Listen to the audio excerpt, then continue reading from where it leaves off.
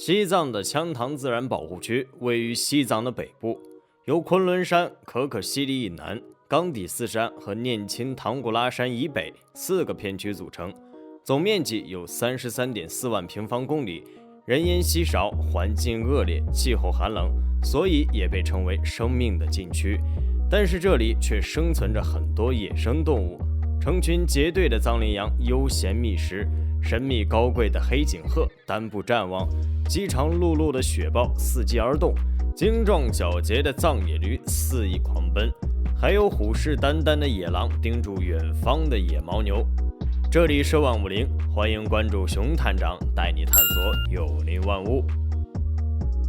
其中有几只牦牛格外引人注意，和普通的黑色或黑棕色的野牦牛不同，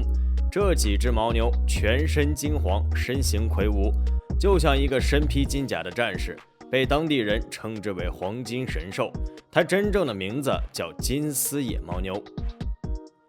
金丝野牦牛生存在海拔5000米左右的冰川之间，能在高寒缺氧、地势严峻的环境中生存，这得益于它四肢粗壮的蹄子。它的腿比较粗短，蹄甲会比较小，而蹄甲上角质层富有弹性，可以减缓冲力和增加地面的附着力，让它们在陡峭的地方如履平地。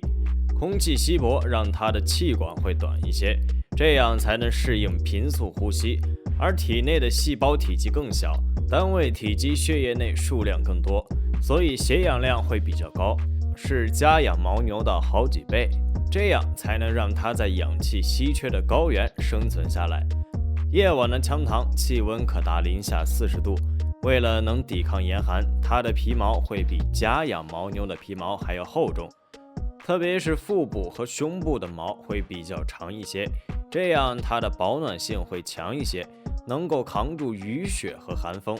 而金丝牦牛每天会为了食物和寻找水源行走40公里左右，为了散热，它会像小狗一样伸出舌头，舌头就成了主要的散热器官。除了散热，牛的舌头上还长满了厚重的倒刺，这些倒刺方便它将食物揽入嘴里咀嚼。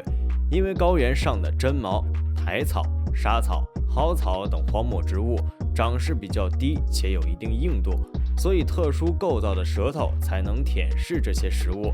而金丝野牦牛为了补充水源，还会喝一些融化的雪水。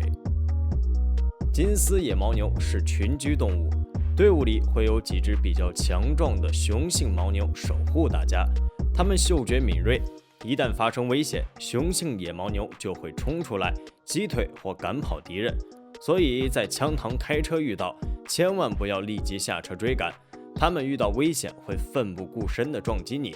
但是正常情况下遇见金丝野牦牛的几率很小，因为它的数量特别稀少，而如果你遇到了，好运将会伴随你一生。因为藏民同胞认为金丝野牦牛象征着好运、平安与幸福，是传说神山妻子带过来的贵重陪嫁品，藏民同胞称之为神牛，并对其进行供奉，如果猎杀会遭到山神的惩罚，所以即使遇到自然死亡的金丝牦牛都不能触碰。虽然藏民同胞认为金丝野牦牛是陪嫁过来的动物，但从动物学家的观点去看，一个物种的起源绝不会如此简单。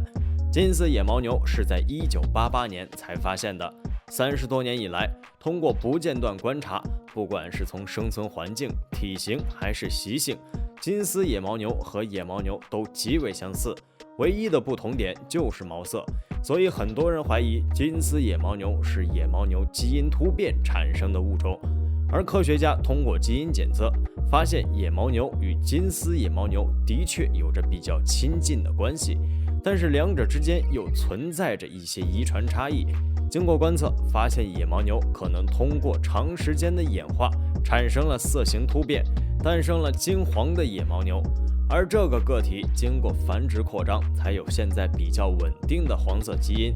金丝野牦牛才能群居发展。也就是说，金丝野牦牛是野牦牛的一个亚种，而这一点早已在1998年乔治·夏勒出版的《青藏高原的生灵》一书中就被提及。直到后来中国科学家做了基因检测才得到证实。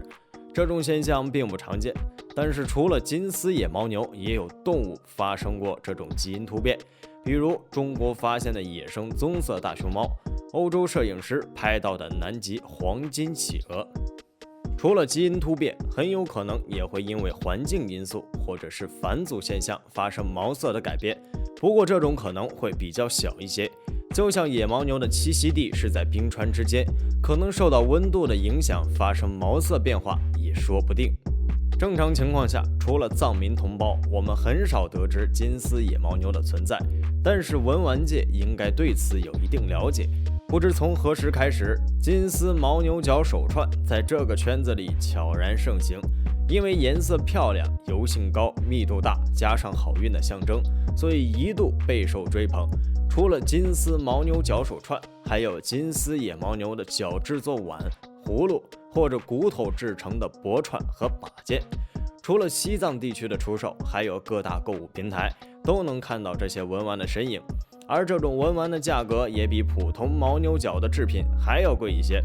那这些金丝野牦牛的制品是真是假，从何而来呢？